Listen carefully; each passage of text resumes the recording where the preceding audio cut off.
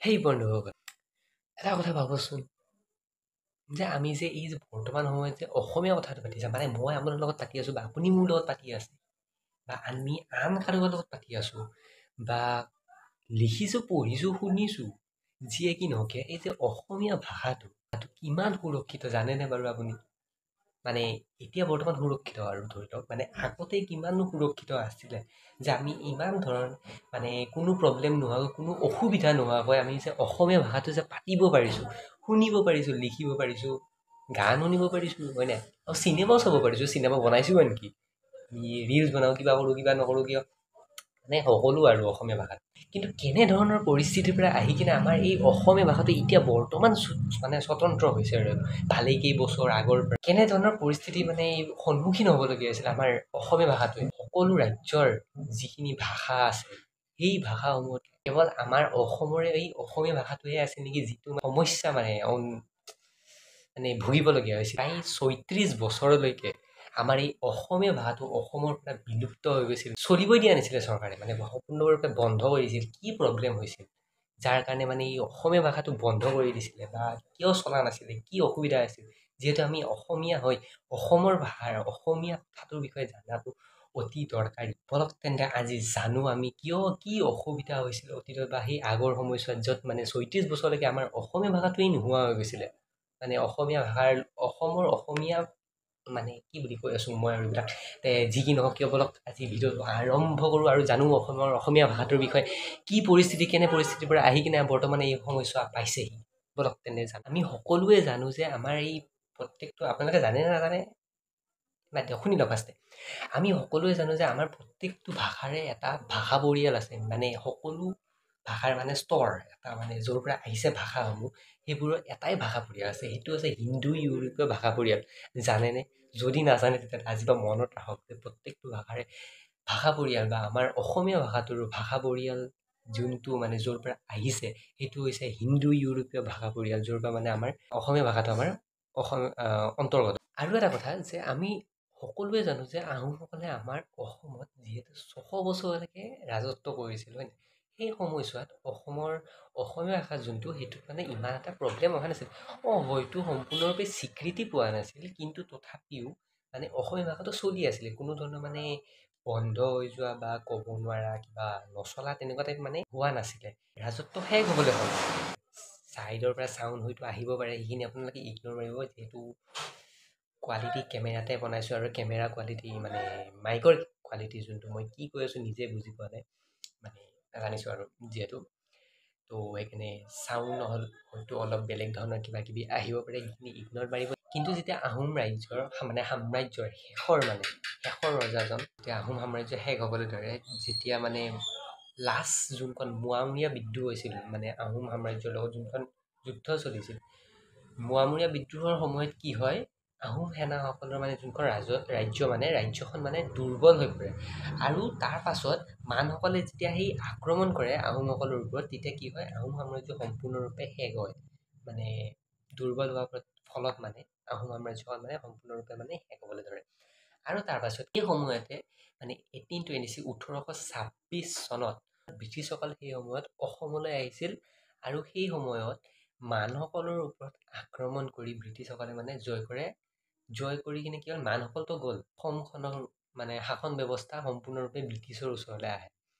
আৰু সেইখন মানে যুদ্ধ হৈছে ইয়াণ্ডাবু সন্ধি। মানে ইয়াণ্ডাবু সন্ধিৰ চুক্তি অনুসৰি মানে মানসকলে ব্ৰিটিছসকলৰ ওচৰত মানে হাৰ মানি মানে যুদ্ধ ধাৰিলে, আৰু হাৰি কিনে কি হয়, অসম এৰি মানে যাবলগীয়া, আৰু সম্পূৰ্ণ যোনটো কণ্ট্ৰল অসমৰ ওপৰত মানে আহোম সাম্ৰাজ্যৰ তাৰ পাছত কি হয়, সম্পূৰ্ণ পাৱাৰখিনি মানে ব্ৰিটিছৰ ওচৰলৈ যায়। তাৰ পাছত কি হয়, 1826 চনত ইয়াণ্ডাবু সন্ধি চুক্তি অনুসৰিতো অসমখন ব্ৰিটিছৰ হাতলৈ গ'লেই, ইংৰাজৰ ভাষাটো আমাৰ অসমলৈ আহিল, ঠিক আছে, তো ইংৰাজীৰ লগত কানেকশ্যন হ'ল, তো ইংৰাজী ভাষাটো শিকিলে, সেইখিনিলৈকে ঠিক আছে বাৰু, অইন এটা ভাষা শিকিছে, উপৰি ভাষা এটা, তো কোনো তাতে প্ৰব্লেম। কিন্তু তাৰ ফলত কি হ'ল, ব্ৰিটিছসকল অহাৰ পাছত কি হ'ল, মেইন প্ৰব্লেমটো তাতেই হ'ল, মানে মেইন যে অসমীয়াৰ ওপৰত, অসমীয়া ভাষাটোৰ ওপৰত যে মেইন সংকটটো আহিল, সেই সময়তে আৰম্ভ হ'ল। তাৰ পাছত কি হ'ল, মানুহৰ একাধিক আক্ৰমণৰ ফলত মানে অসমৰ যোনখিনি মানে অৰ্থনীতিৰ মানে ব্যৱস্থা আছিল, বা যোনখিনি সক্ষমতা আছিলে তাৰে অসমৰ মানে বাসিন্দাসকলৰ বা ইয়াৰে ব্যৱস্থাৰ, তো সেইখিনি মানে সম্পূৰ্ণৰূপে দুৰ্বল হৈ পৰিল, যাৰ বাবে সাহিত্যৰ সৃষ্টিৰ ক্ষেত্ৰত অনুকূল পৰিৱেশ হৈ পৰিল, মানে কোনো ধৰণৰ মানে পৰিস্থিতি নোহোৱা হৈ পৰিলে। সেই একে সময়তে মানে 1826 চনৰ যেতিয়া আহিলে আৰু তাৰ পাছতে ঠিক সেই একে সময়তে ইংৰাজসকলো মানে ভুল ভাষা নীতি মানে ব্যৱহাৰ কৰিলে অসমত। মানে কি হৈছে, অসমৰ যোনখিনি পঢ়াশালি, আদালত, এনেধৰণৰ অসমীয়া ভাষা আঁতৰাই কিনে কি কৰিছিল, তাতে মানে সম্পূৰ্ণৰূপে বঙলা ভাষা মানে স্থাপন কৰি দিছিল, য'ত মানে আমাৰ অসমখনৰ মানে আদালত, পঢ়াশালি, যি বস্তুবিলাক আছে মানে সেইবোৰ সম্পূৰ্ণৰূপে বস্তুবিলাকত মানে অসমীয়া ভাষা মানে স্বীকৃতি দি দিছিলে। যাৰ ফলত কি হৈছিল, অসমীয়াসকলে মানে অসমীয়া ভাষাটো বাদ দি কিনে বেংগলী ভাষা নতুনকৈ শিকিবলগীয়া হৈছিলে। যাৰ ফলত কি হ'ল, মানুহসকলৰ সকলোৰে মাজত মানে এই নতুন ভাষা নীতি ব্যৱস্থা হোৱাৰ বাবে অসমীয়া ভাষাটো মানে লাহে লাহে বিলুপ্ত হ'বলৈ ধৰিলে।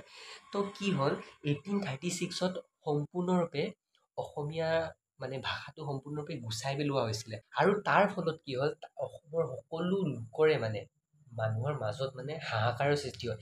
যিহেতু নতুন ভাষা এটা যদি ব্যৱস্থাপনা কৰি দিয়ে, তেতিয়াহ'লে কি হ'ব, তাৰে সকলো লোকসকল অসমীয়া, আৰু অসমীয়াৰ ভাষা যদি বাদ দি কিনে যদি বেংগলী ভাষা যদি শিকিব, তেতিয়াহ'লে কি হ'ব, তাৰে মানুহসকলৰ মানে সকলোৰে মাজত মানে অসুবিধাৰ সৃষ্টি হ'ব। আৰু তেনেধৰণৰ ব্যৱস্থা হৈছিলো, তেনে পৰিস্থিতি আহিছিলো একচুৱেলি। তাৰ আগতে 1813 চন অসমীয়া ভাষাটো মানে সৃষ্টিৰ ক্ষেত্ৰত মানে স্বীকৃতি পাবৰ বাবে, যেনেকৈ আমি এতিয়া বৰ্তমান কথা পাতি আছো, ঠিক তেনেধৰণে মানে আগতেও স্বীকৃতি দিয়াবৰ কাৰণে 1813 চনতে কলিকতাৰ শ্ৰীৰামপুৰ ব্যক্তি সমাজৰ বাইবেলক মানে অসমীয়ালৈ অনুবাদ কৰি আনিছিল। ফাৰ্ষ্ট মানে 1813 চনতেই মানে সেই কামটো কৰা হৈছিল যে বাইবেলখনক অসমীয়ালৈ অনুবাদ কৰি কিনে অসমীয়া ভাষাটোক মানে স্বতন্ত্ৰভাৱে স্বীকৃতি দিয়াবলৈ চেষ্টা কৰিছিল, য'ত মানে সেইটো মানে বিফল হৈ গৈছিলে। তাৰে ঠিক এক বছৰৰ পাছত, মানে এই ব্ৰিটিছসকলৰ অহাৰ পাছৰ কথা কৈছোঁ, 1836ত যিহেতু আহিলে ন, গোটেইখন 26ত হেৰি হৈছিলে, 36লৈকে তেখেতে মানে কি কৰিছিলে, সম্পূৰ্ণৰূপে মানে বেংগলী ভাষা বাদ দিছিলে।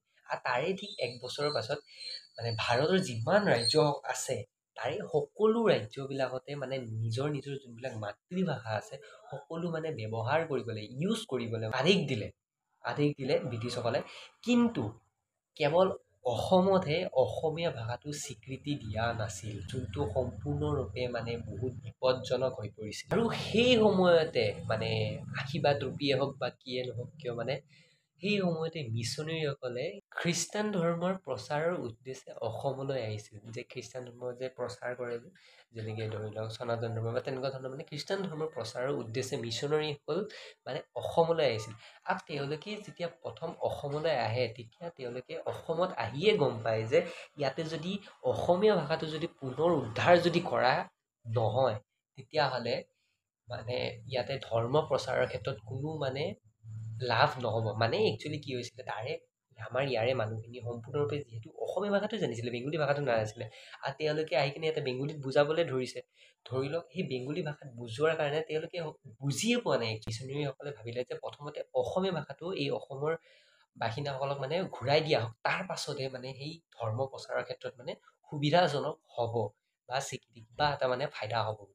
আৰু ইয়াৰ কাৰণে আমাৰ অসমৰ পৰা প্ৰায় কেইজন লোকে মানে তেওঁলোকক মানে সহযোগ কৰিছিলে। ভানুৰাম ঢেকীয়াল ফুকন, গুণাভিৰাম বৰুৱা, হেমচন্দ্ৰ বৰুৱা, এই তিনিওজন লোকে, আৰু বহু লোক আছিলে, বাট এই তিনিওজন লোকৰ মানে কথা যিহেতু উল্লেখ কৰা হয়, তো সেইকাৰণে তেখেতসকলৰ লোকৰ কথা। আৰু এনে নহয় যে কেৱল তেওঁলোকে আছিলে, মিছনেৰীসকলৰ ভিতৰতো বহু লোক আছিলে, যেনে Nathan brown, Eliza brown, doctor miles Bronson, এনেধৰণৰ বহু কেইজন আছে, যিসকলে মানে নিজৰ অভিজ্ঞতা অনুসৰি যোনবিলাক মানে পুথি নিৰ্মাণ কৰিছিলে বা ছপাশালৰ সৃষ্টি কৰিছিলে, য'ত মানে আমাৰ অসমীয়া ভাষাটো পুনৰ যাতে সৃষ্টি কৰাত মানে সুবিধাজনক হয়। সেই আমেৰিকান খ্ৰীষ্টান মিছনেৰীসকলে কেৱল অসমীয়া ভাষাটো পুনৰ প্ৰচেষ্টাৰ ওপৰতে গুৰুত্ব দিয়া নাছিলে। একচুৱেলি তেওঁলোকে কি কৰিছিলে যে তাৰে যোনখিনি ব্যাকৰণ পুথি, যোনখিনি এটা ভাষা জানিবলৈ হ'লে যিহেতু আমাৰ গ্ৰামাৰখন জনাটো দৰকাৰ, হয় নাই, য'ত মানে বাক্যৰ গাঁথনি, শব্দৰ উচ্চাৰণ বা কি ভাষা আৰু উপভাষা থাকে, সেইবোৰ জনাৰ যিহেতু দৰকাৰী। আৰু তেওঁলোকে কি কৰিছিল, পঢ়াশলীয়া পুথি, অভিধান, এনেধৰণে বস্তুবিলাকো মানে নিৰ্মাণ কৰিছিল। আৰু সেই সময়তে প্ৰথম 1846 চনত, 1846 চনত মানে শিৱসাগৰত প্ৰথমটো ছপাশালৰ পুথি মানে নিৰ্মাণ কৰে শিৱসাগৰত। আৰু সেইখন হৈছে অৰুণোদয় আলোচনী, যাক মানে সংবাদ পত্ৰ তথা আলোচনী বুলি কোৱা হয়। আৰু সেই আলোচনীখনৰ ভিতৰতে মানে বহুখিনি কথা অসমীয়াৰ ভাষাক লৈ মানে বা অসমীয়া ভাষাৰ পদ্য গদ্য বহু ধৰণৰ কথা মানে সেই আলোচনীখনত মানে লিখা হৈছিলে আৰু এই আলোচনীখনৰ সম্পাদকে আছিল নাথান ব্ৰাউন। তেওঁ অসমীয়া ব্যাকৰণৰ বাবে grammatical notice of the Assamese language বুলি এখন ব্যাকৰণো নিৰ্মাণ কৰি উলিয়ায় আৰু ডক্টৰ মাইলছ ব্ৰনছনে অভিধানৰ বাবে অসমীয়া আৰু ইংৰাজী নামে এখন অভিধানো নিৰ্মাণ কৰি উলিয়াইছিলে। অসমীয়া ভাষা পুনৰ সৃষ্টিৰ ক্ষেত্ৰত মানে আনন্দৰাম ঢেকীয়াল ফুকনে আমাৰ অসমৰ পৰা বহুকেইখন পুথি মানে নিৰ্মাণ কৰি উলিয়ায়, য'ৰ আনন্দৰাম ঢেকীয়াল ফুকনৰ ভিতৰত a few remarks of the Assamese language and on vernacular education in Assam 1855 খ্ৰীষ্টাব্দত যোনখন মানে তেখেতে নিৰ্মাণ কৰি উলিয়াইছিল। যিহেতু আনন্দৰাম ঢেকীয়াল ফুকন কম বয়সতে মানে মৃত্যুবৰণ কৰে যদিও তাৰ পাছতো মিছনেৰীসকলে কি কৰিছে, তেখেতৰ যোনখিনি মানে সংকল্প লৈছিলে যে অসমীয়া ভাষাটো ঘূৰাই অনাটো, সেইটো তেখেতে মানে বাদ দিয়া নাছিলে। সেই যুঁজিলে। তাৰ পাছত গৈ অৱশেষত 1873 প্ৰায় 36 বছৰৰ পাছত অসমীয়া ভাষাটো পুনৰ স্বীকৃতি প্ৰদান কৰা হয়, য'ত মানে অসমীয়া ভাষাটো পুনৰ অসমত চলিবলৈ ধৰিলে। সেয়া সময়ছোৱা আমাৰ এতিয়া মুখেদি কওঁতে হয়তো সহজ হৈছে 36 বছৰ, কিন্তু সেই 36 বছৰলৈকে যুঁজি সেই অসমীয়া ভাষাটো পুনৰ স্থাপন কৰা এটা বহু ডাঙৰ এটা সময়, আৰু য'ত সম্পূৰ্ণ অসমীয়া ভাষাটোক মানে শেষ হোৱাৰ পৰা বচোৱা এটা প্ৰচেষ্টা। অসমীয়া হৈ অসমৰ ইতিহাসৰ বিষয়ে জনাটো অতি দৰকাৰী। তো তাৰ ওপৰতে আলোচনা কৰি যিহেতু আজিৰ অসমীয়া ভাষাৰ ইতিহাসৰ সম্পূৰ্ণৰূপে নহয় থুলমূলকৈ হ'লেও অলপ মানে আলোচনা যুগুত কৰিবলৈ চেষ্টা কৰিলোঁ। অসমীয়া ভাষাটো আমি জানো কওঁ সেয়াই নহয়, কিন্তু ইয়াৰ আগতে কেনেধৰণৰ পৰিস্থিতিৰ পৰা আহিছে আমাৰ এই অসমীয়া ভাষাটো, আমাৰ মাতৃভাষাটো, তো সেই কথা আমি জনাটো অতি দৰকাৰী। যিহেতু প্ৰত্যেকজন অসমৰ অসমীয়াভাষীয়ে এই অসমীয়া ভাষাৰ প্ৰচাৰৰ ক্ষেত্ৰত এটা কথা আমি জানিবলগীয়া কথা যে বৰ্তমান সময়ত আমাৰ অসমত অসমীয়া ভাষা প্ৰচলন হোৱা প্ৰায় 15 মিলিয়ন লোকসকলে এই অসমীয়া ভাষাটো ইউজ কৰে এতিয়া বৰ্তমান সময়ত। কেনে পালে ভিডিঅ'টো নিশ্চয় জনাব। ভাল লাগিছে যদি লাইক কৰক আৰু শ্বেয়াৰ কৰি বন্ধুসকলৰ মাজত নিশ্চয় পঠিয়াওক। সকলোৱে জানিব লাগে অসমীয়া ভাষাৰ অতীতৰ কথা, যিহেতু কেনে পৰিস্থিতি কেনে ব্যৱস্থাৰ পৰা আহি কিনে আমি এতিয়া বৰ্তমান নৰ্মেলি এনেকৈ ধৰণে আমি কথা পাতিব পাৰিছোঁ যিহেতু। তো সেইকাৰণে ভিডিঅ'টো কমেণ্ট কৰি জনাব কেনে পাইছে, আৰু নতুনকৈ যদি চেনেলটোলৈ আহিছে তেতিয়াহ'লে ছাবস্ক্ৰাইব কৰিব আৰু বেল আইকনটো ক্লিক কৰি থ'ব এনেধৰণৰ নতুন ভিডিঅ'বোৰ পাবৰ বাবে। আৰু ভিডিঅ' কেনে পাইছে নিশ্চয় কমেণ্ট এটা কৰি জনাব, আৰু লগৰবিলাকৰ মাজত এই ভিডিঅ'টো শ্বেয়াৰ কৰক, সকলোৰে বেছি শ্বেয়াৰ কৰক। তো ইমানেই, আন এটা ভিডিঅ'ত পুনৰ লগ পাম।